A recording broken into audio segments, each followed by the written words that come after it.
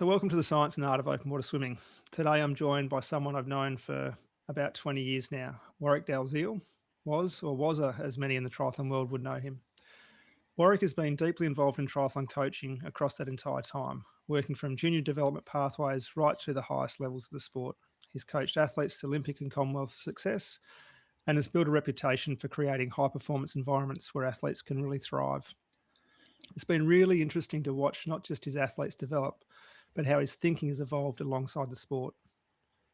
What's always stood out to me is his curiosity as a coach. He's consistently looked beyond triathlon with degrees in science, honours in exercise and biomechanics, masters of sports coaching, and a bachelor's degree in physiotherapy.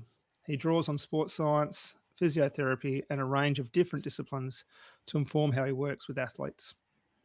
More recently, he's been working with the brood environment, continuing to evolve his approach, particularly around feedback, technology, and how athletes learn and adapt. In this conversation, we're going to focus on one specific area, the swim in draft legal triathlon, and explore how that's changed over the last couple of decades and how that's shaped the way Warwick coaches today.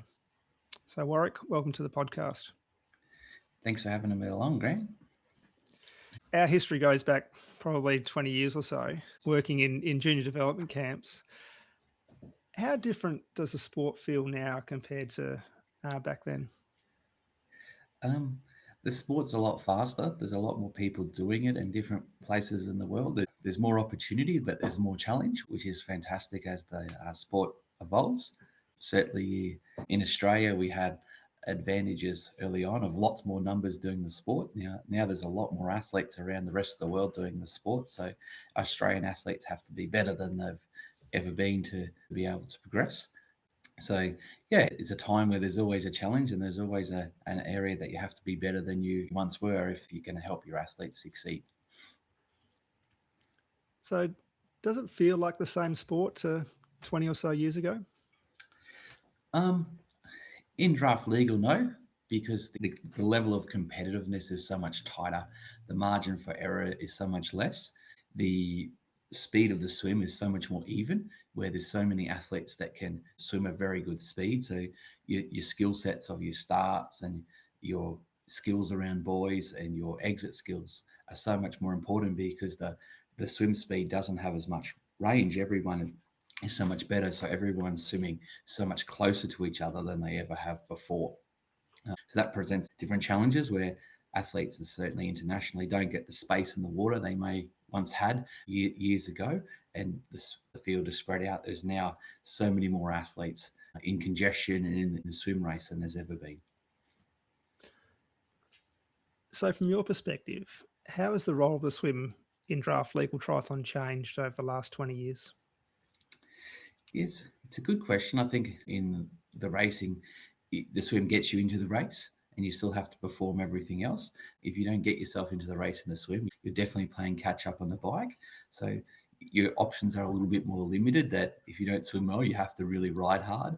If you do swim well, you may have the luxury of not having to ride as hard for the first 5 to 10 minutes.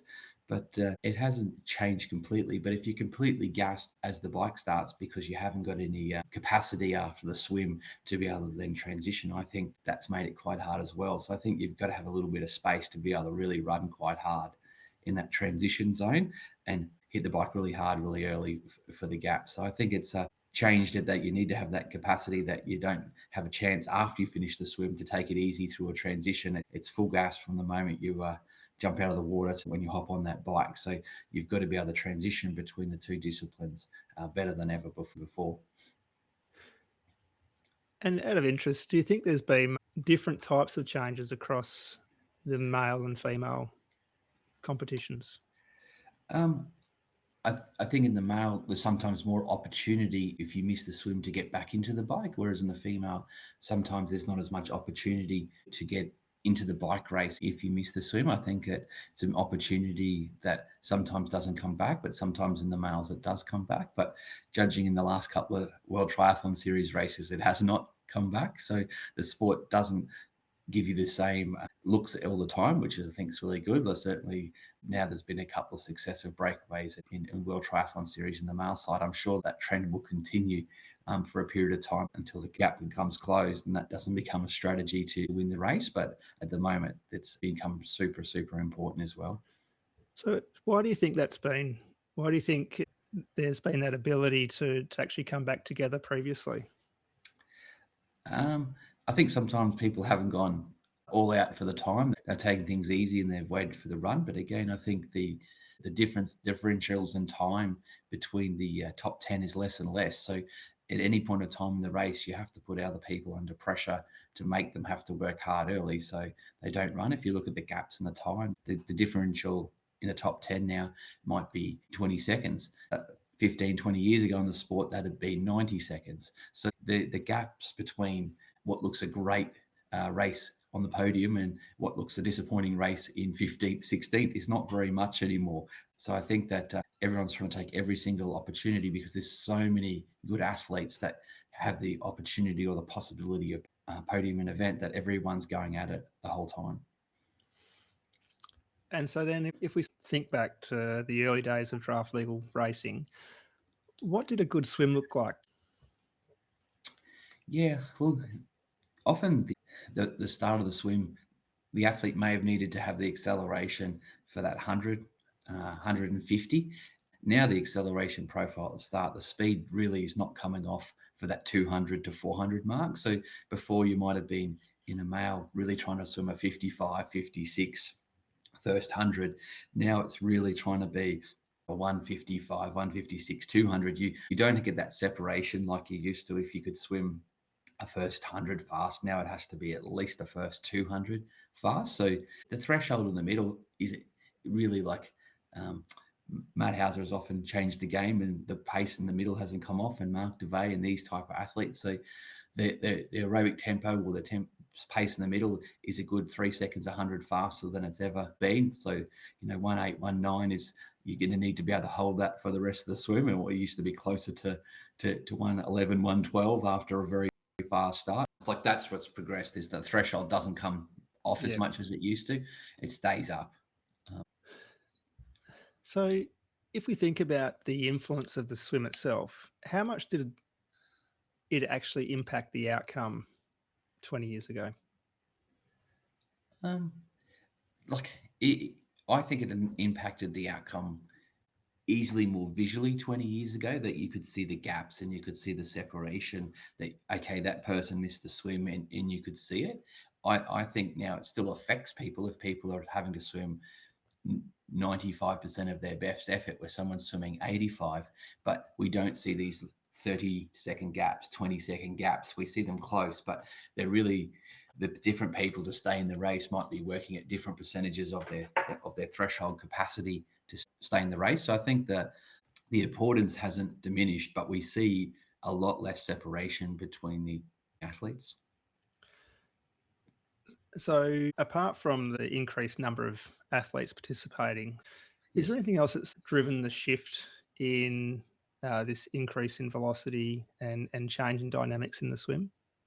Yeah, I think a lot of coaches have certainly moved towards more open water swim styles than what have been previous. There's a lot more swim strokes built around rate in open water swimming competition. I think there's a lot more open water swimming competitions that are access and people doing it as juniors and people seeing what open water swim racing's like. So I think there's a lot more stroke styles with less of a glide phase at the start and more of a rate. So I think that there's a big shift that people are no longer doing the classical swim strokes that we might see that are so brilliant in the pool. There's a much more trend towards people looking at what do the best open water swimmers do, not what do the best 400 meter pool swimmers do, and applying techniques that are much closer to the open water style. So with that, is there any other skills that have become more important over time? I think that there's been such an advance in nutrition as well around swimming, is that there's such a high cost of energy while we're swimming that there's a lot more focus around nutrition around the swim, because for a given session, we're burning a lot more energy in a swim session than a lot of other sessions in triathlon. So I think there's a big trend to make sure there's always carbohydrate availability on the pool deck. and making sure that we're recovering from the swim sets so it doesn't cost the other sessions of the day. So I think that's the big trend. I think the knowledge in swim technical and biomechanical work is better than it's ever been before. There's a lot of really good swimmers now. You'll go to a race and you'll see people doing body position drills, you'll see people doing catch drills, you'll see people warming up with bands and core activations. There's a lot more coach science around a swim triathlon than there's ever been before. There's dry land warm-ups, there's bits and pieces going where people are so specific and dialed in. Then before, some people just show up to the race, we're talking 20 years ago here, and they just jump in and do the swim. That you don't see that at all now at the high end. It's just you see that professionalism and that focused on the craft that may have not existed that period of time ago to the extent that it is now. So do you think the profile of the athlete has changed as well in that time? I think the athletes have done more work than ever before. Like, I think they're much more physically dialed in than they ever were before. It's interesting. I think there's certainly a trend toward more mesomorphic athletes across the board. We're really not getting the real lightweights anymore that don't have the power to do the disciplines of the sport. Everyone has got good strength in their individual disciplines. It's a tough one. Like, every sport keeps evolving, and the beauty about triathlon was we don't have one specific type that's all they can be, but everyone's doing the work. Everyone's working hard to succeed. So there's not one specific one. But the other sort of thing probably that's changed a lot in the swimming is the technology in the suits. So, for instance, we have hydrophobic suits and suits that are resistant to water, but obviously they don't work really well if it's very hot. So there's a lot of different technology that's sitting around triathlon suits that has really evolved in that industry. And some of those suits are quite incredible of how they work in the water, but certainly they can be a bit pricey, but they do work. And I'm just wondering, you mentioned the pre-race routines have changed, have evolved. There's so much structure around world triathlon type events now in terms of the timing. Has that helped with the athlete preparation pre-race? Definitely, because everything really runs to time with television. Like, we're probably a bit relaxed in the past about things, but with television, everything runs to time for introductions, for lineups, for what the athletes can wear when and when they need to be warm.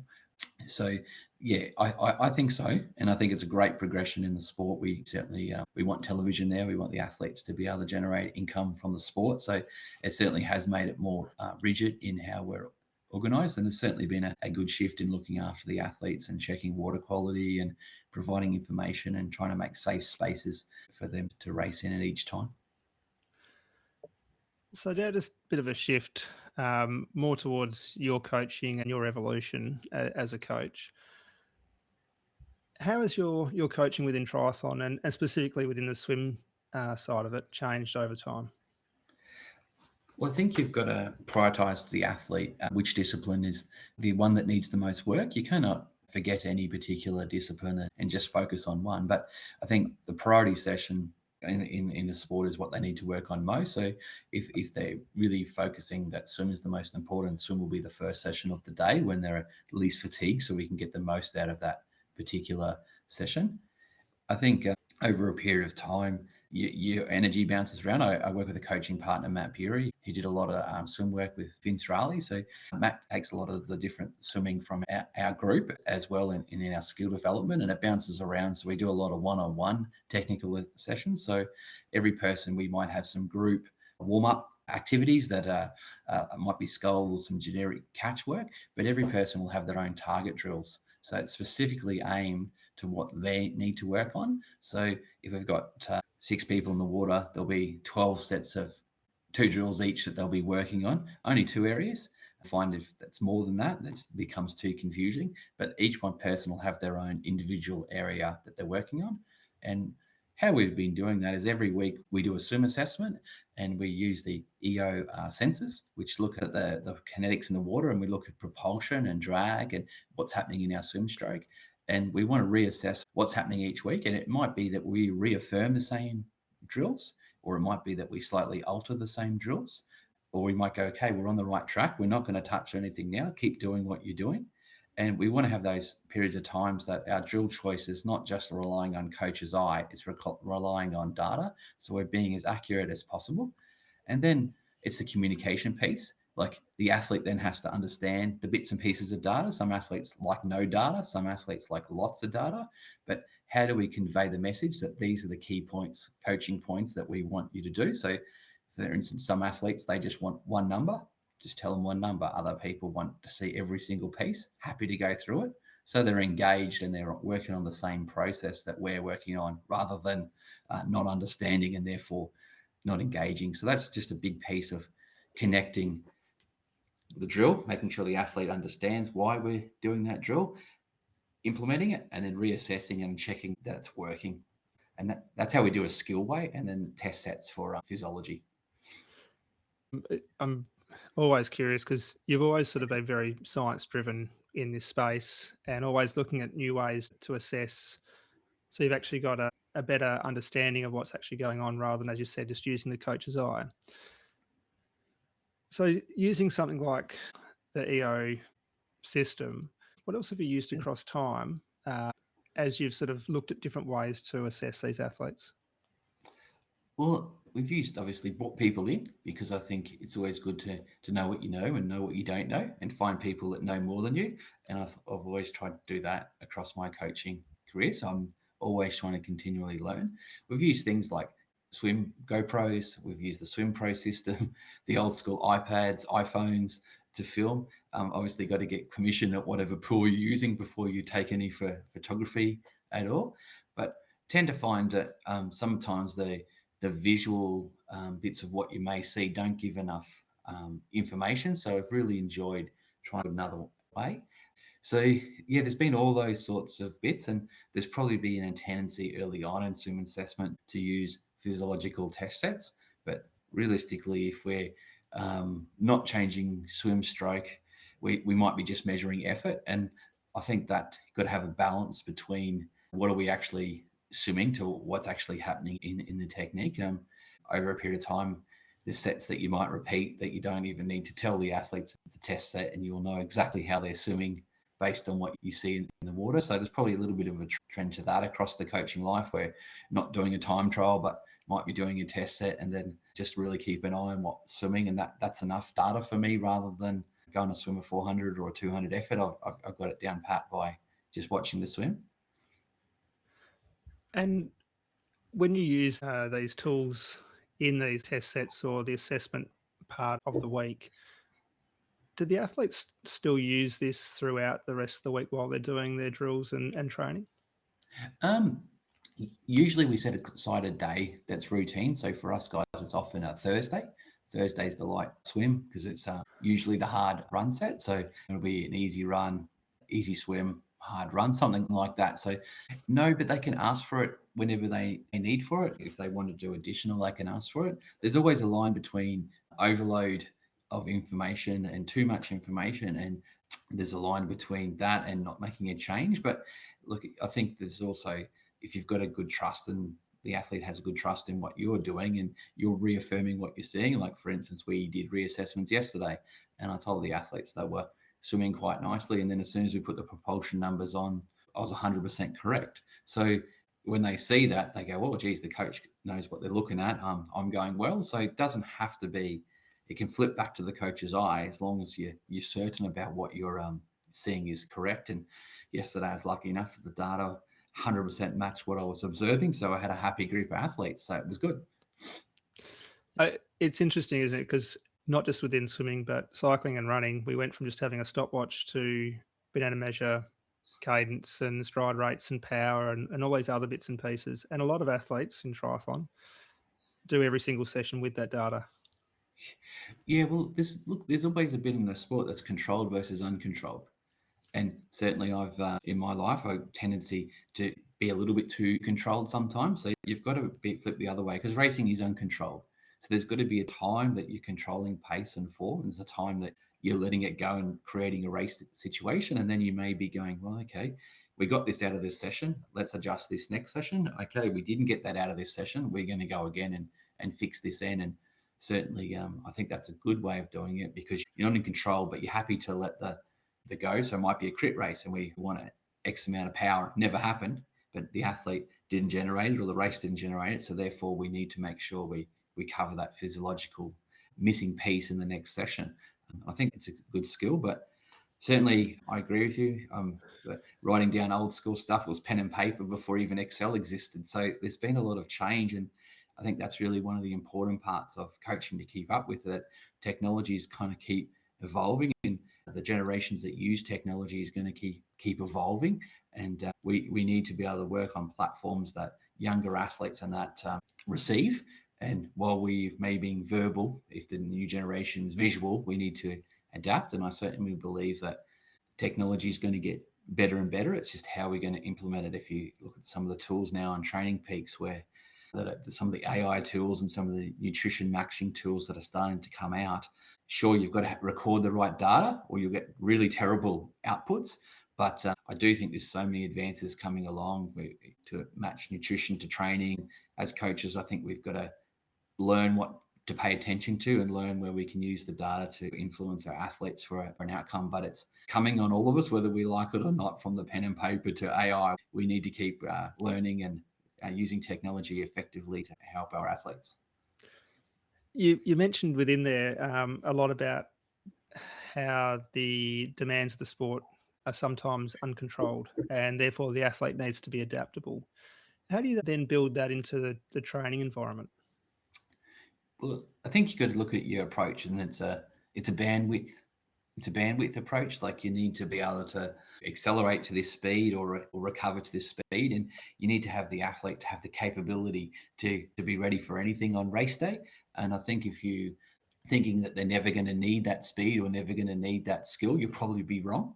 So just make sure that you're open-minded, that you're giving them a range of experiences. I do feel that we get a bit stuck in not giving them a range of experiences. So for instance, specifically in open water, what are we going to do if we swim against a current up and down a river?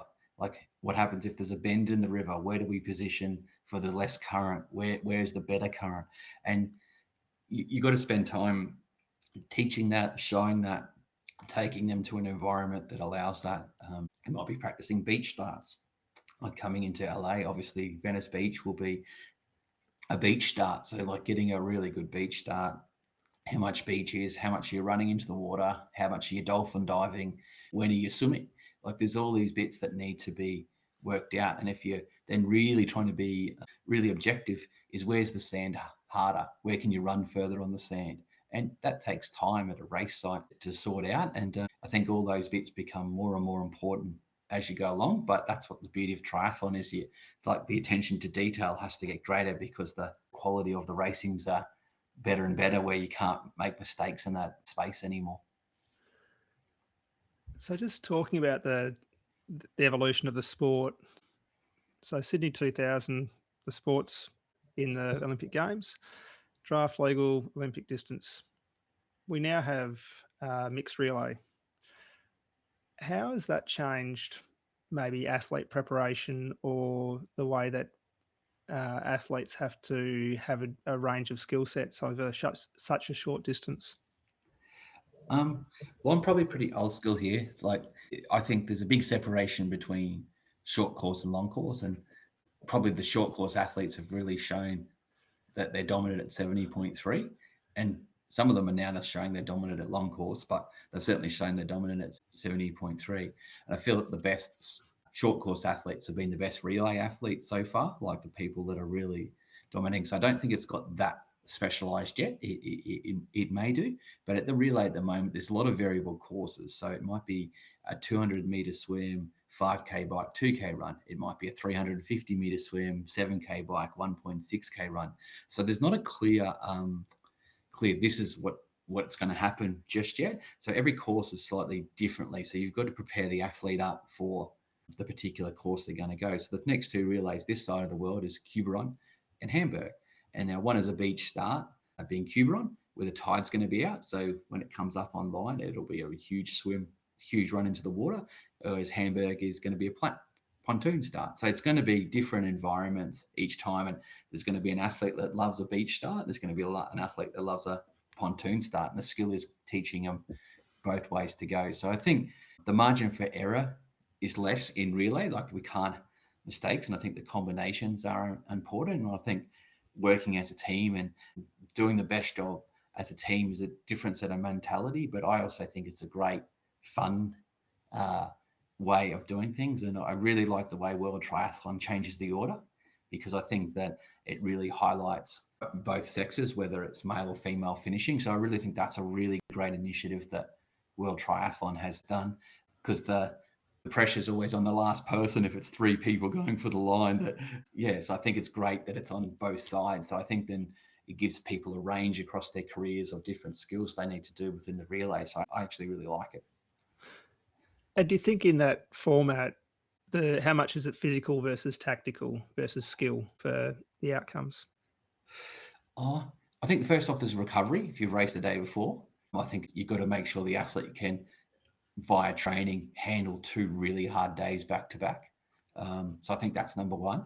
And that sounds really easy, but it's not. If you're racing at 5 or 6 o'clock in Europe, and then you've got to get up and race 12 o'clock the next day, you've got to get your recovery right. So that's a team effort in the support staff in the background of getting the athlete ready to go, but also it's a coach effort of making sure that the athlete can handle that sort of exposure.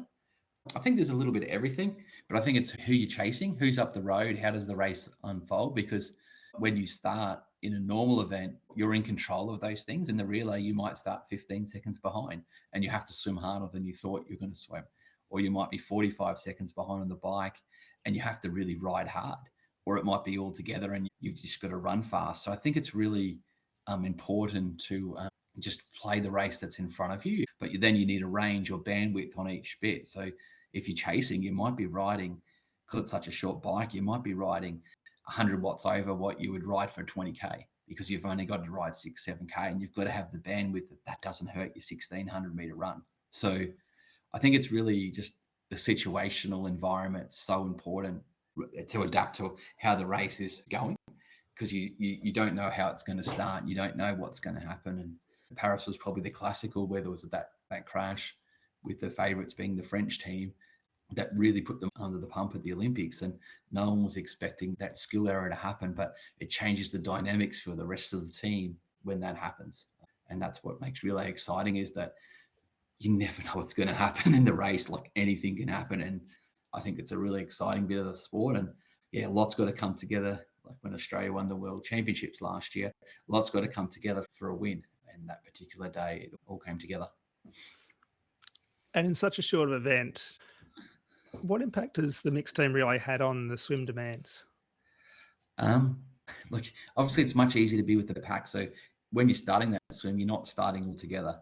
So you really got an opportunity to chase as you get in the water, or you've got to chase around to that first can. And it doesn't have the collisions that a normal race have. So you might have to cut your own water. So it's always easy to try and accelerate in that group. So if you've got to close a gap, you've really got to make sure you can get out fast and come back in. So I think it's certainly evolving, but it really depends on where you hand it over to. The first leg obviously is very similar to a normal triathlon, but the second leg, there might be 15 seconds variation in the top couple based on the run. So I think you've got to have someone that can close that gap in the swim, because it's easier to close that gap in the swim if you can compared to the bike. But it's one of those bits where I don't think there's one right answer, because someone might close that on the run and on the beach. Someone might have to close that in the water. You don't know. It's situational awareness is just really important. So I'd like now to sort of go back to a bit of our history, I guess, when we were Yep. working with juniors, and the idea of talent ID and athlete pathways. I know that your engagement with juniors is probably not as much as it used to be, but when you do look at juniors now, what do you look for in the swim? I probably come away from the swim first. I look at first, is the person going to be coachable? Are they going to be able to learn? How am I going to influence and teach them? So rather than looking at talent, I look at their capacity to take on information. How am I going to be able to affect change? Because no matter where they are, usually in the junior space is this gap to senior competition. So am I going to be able to influence their behaviors to bring about a positive change, or am I not? So that's probably a different way of looking at it than say 20 years ago, is that if we haven't got the capacity to learn, or we haven't got open-mindedness, we're probably not going to progress in the sport because as a junior, you're not really exposed to racing senior competition anymore in Australia. You're not really exposed to how good the rest of the world has become. So that's probably number one for me. In the juniors, like the swim is obviously, it's always easier if you've got someone that has done a technical background in swimming when you get them into triathlon and you have got less work in the technical background. But it depends on that balance. Like sometimes if someone hasn't had any technical background, there's low hanging fruit to fix. If they haven't had the opportunity to ever work with a coach, they mightn't have some of the really fundamentals down pat, like body position and that. So you can make big changes very quickly if that's what they're missing. So I really like to look at what they're doing, and then if they're trying to bring about change by doing really lots of long swimming, certainly change that very quickly. I'd rather swim twice a day for 6K than one big 6K swim set. So we're taking down fatigue and we're getting technical competency in someone that can't swim. Someone that swims really well, we want to make sure that we're just really working on efficiency. Can we swim at the front of the pack with 85% or 80% of workload? Can we make them just more efficient and we chase that particular gain? In the juniors, obviously in junior racing, often the swim becomes more important and more biased because there's not the same evenness, but it's about, for me in juniors, it's about trying to project what can they get to first off in Connie Cup podium level, then what can they get to in World Cup level, trying to look, okay, is that going to be sufficient? What are the next lot of gaps to work on? Usually I ask guests what their favourite swim set is and why. So I know I know you're not one that necessarily jumps in, but for you, is there a favourite or a preferred swim set that you might use with the athletes you're working with at the moment? Look, I think you want to have an aerobic power number. I think you want to have a number, whether it's your 10-1s, 5-2s, like you want to have an aerobic power pace number. I want to have a speed number, whether it's 100, 200 number. So I prefer those. I like coaching and setting up an open water. Like we would swim open water at least once a week. Over here, last week the heat wave was good when I thought we'd be in the water, but it's got a bit cold now to be in the lake. But I really like setting up open water scenarios. So that might be swim 100 or 200 hard and then back into threshold. So they're really being specific relative to their race. So for the athletes over here that are doing Tisy World Cup, we will swim the Tisy World Cup course. It has a sprint and it's quite tight and there's lots of collisions. So that will be our Saturday morning open water swim set. So I do like that specific work. Yeah, I think over the time, I've always flipped around in swim sets. I've often liked 8 or 10 100s heart rate because it can give you lots of data and measure and you sort of have a feel for that. So I think you change and you evolve. And I think it's probably good for the athletes that okay, this is my favorite swim set for the 12 months to reassess, I'll use that one. And then if you want longevity with the athletes, that's really got to change. And okay, it might be we're going to work on a lactate clearance set. We're going to do sprints and into short rest. And what does that look like? So I think you've got to keep changing. Otherwise you won't have those long-term relationships with your athletes. Otherwise they'll sort of would have had enough of you. So I think for some of them, yeah, it bounces around, but I certainly think the open water piece I think is really good. And I'm a big fan of that because it's just giving them an environmental setup, and it's great going to environmental setup just like you would have done with your right next island swim that's different every time. Like, so you're going to give them, it's going to be wavy one day, it's going to be still the next, and they have to adapt to it. And I think that's a really good way of exposing them outside of competition. So I'm a big fan of doing an open water swim, and probably we don't do everything fast on open water swim. There's got to be a technical component that we'll get out and do the drills in the open water swim that we do in the pool. So we might do skull drills or we might do catch drills. So the athletes feel very comfortable that the open water environment is similar to the pool, and trying to make that comfortability piece really important. If you were mentoring a young coach now, what would you tell them about the swim that might save them 10 years? I'd be telling them to get as much exposure from people with experience as possible and engage with people to learn that have been there, done that. And you might find that, talking to someone like me, you might find you like 20% of the stuff I do and you hate 80% of the stuff I do. And that's totally fine as long as you're learning, as long as you're getting experience and making decisions. But a lot of the stuff has been done before. So talking to people is the quickest way to accelerate your learning. So it's always encourage that with mentors and that. And I certainly feel that in the sporting scape has been a little bit diminished over a period of time, where people are trying to read it on a book or online or on a podcast rather than talking to people that have been there, done that. So I'd certainly encourage that as the quickest way to go forward. And yeah, just don't be afraid to ask for help or ask for input, or if you're not seeking people that know more than you, you're not progressing. So certainly I've got to chat with a sports scientist in a period of time about a few different things, and I'm going to go and try and get some more information about what we're doing in altitude training. But you've got to keep evolving because the knowledge is getting better and better. And where do you think the swim's heading next? In triathlon, I think it'll still get narrower and narrower and tighter, where pontoon positions and everything else are very, very important. I think the start will become very, very important, that you need to get a bit of clear water, because I think the drag of getting stuck in the bunch is becoming harder and harder. So I think that the start will become more and more important. And then obviously the accelerations around buoys and the accelerations back into the water, the accelerations from the beach, there'll be opportunities to create gaps. That'll be when the swim, say, changes direction and people get out of a drag zone. So the opportunity and the separation are going to come down to much smaller moments than just critical swim speed. They're going to come, okay, someone can see that they're off my feet. I'm going to sprint around this can because no one can follow me now. Let's go. So there'll be these big accelerations in the middle of a swim that you're going, now they've really dropped the hammer to get some people off the back of this group.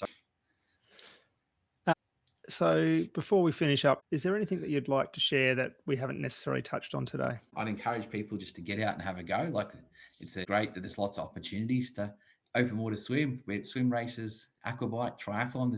It's great that there's so many opportunities around Australia, and the climate and the environment allows that. So I'd always encourage people to get out and have a go. And there's lots of different options in surf clubs that do Saturday morning swims and the like. And I just think the best way to learn is get out and have a crack, and then learn from people around you, and go and join a group and a bunch and get some knowledge. There's always be someone in a bunch that knows the local surf conditions that they can ask for. So I would certainly encourage that.